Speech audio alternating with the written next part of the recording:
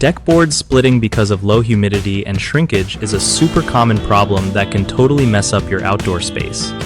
So when the air gets really dry, your wooden deck boards start shrinking and cracking, which sucks if you want your deck to look good and last long. One easy thing you can do is use a humidifier inside your home to keep the air from getting too dry, especially if your deck is close to your house or covered. Also, try to keep your deck clean and sealed with a good water-repellent finish to protect the wood from drying out and breaking. When you're picking out wood for your deck, go for species that handle humidity changes better, like cedar or redwood. Make sure to leave enough space between the boards when you install them so they can expand and contract without cracking. Regularly check your deck for signs of damage so you can fix small splits before they get worse.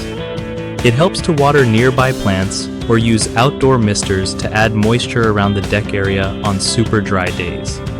And remember, keep gutters and drainage working well so water doesn't pool and cause other problems that can speed up wood damage. One of the biggest mistakes with deck boards splitting from low humidity is not sealing or finishing the wood properly, which leaves it super vulnerable to drying out and cracking.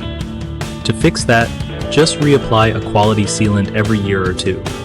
Another common issue is installing the boards too close together, which doesn't give the wood room to move when it shrinks or expands. So make sure there's a decent gap during installation. A third problem is ignoring regular maintenance checks. People often wait until the deck looks bad, but catching splits early lets you fill them with wood filler or replace boards before things get expensive.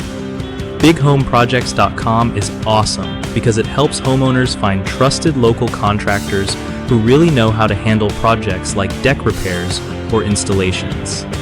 Plus, it gives contractors a great way to connect with people looking for their skills, so everyone wins.